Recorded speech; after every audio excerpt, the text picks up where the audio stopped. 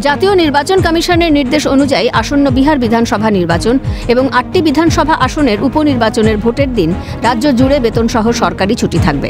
কমিশনের ঘোষণায় বলা হয়েছে, বিহারের ভোট গ্রহণ দুটি পর্যায়ে অনুষ্ঠিত হবে। প্রথম দফা ৬ নভেম্বর এবং দ্বিতীয় দফা ১১ নভেম্বর। একই দিনে অর্থাৎ ১১ নভেম্বর ৮টি বিধানসভা আসনের উপনির্বাচনও অনুষ্ঠিত হবে।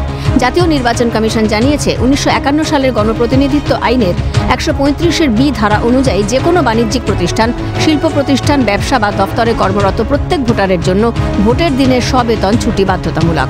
কমিশন আরও স্পষ্ট করেছে, কোনো কর্মীর বেতন এই ছুটির দিনে কাটা যাবে না। কোনো নিয়োগকর্তা এই নির্দেশ অমান্য করলে জরিমানার মুখে পড়বেন বলে সাফ জানালো কমিশন। দৈনিক মজুরির শ্রমিক এবং অস্থায়ী কর্মীরাও এই বেতনসহ ছুটির অধিকারী হবেন বলে বিজ্ঞপ্তি জারি করে জানালো জাতীয় নির্বাচন কমিশন। এছাড়া যারা নিজেদের ভোটার তালিকাভুক্ত কেন্দ্রের বাইরে অন্য জেলায় বা রাজ্যে কর্মরত, তারাও ভোটদানের দিনে সবেতন ছুটি পাবেন, যাতে নির্বিঘ্নে ভোট প্রদান করতে পারেন।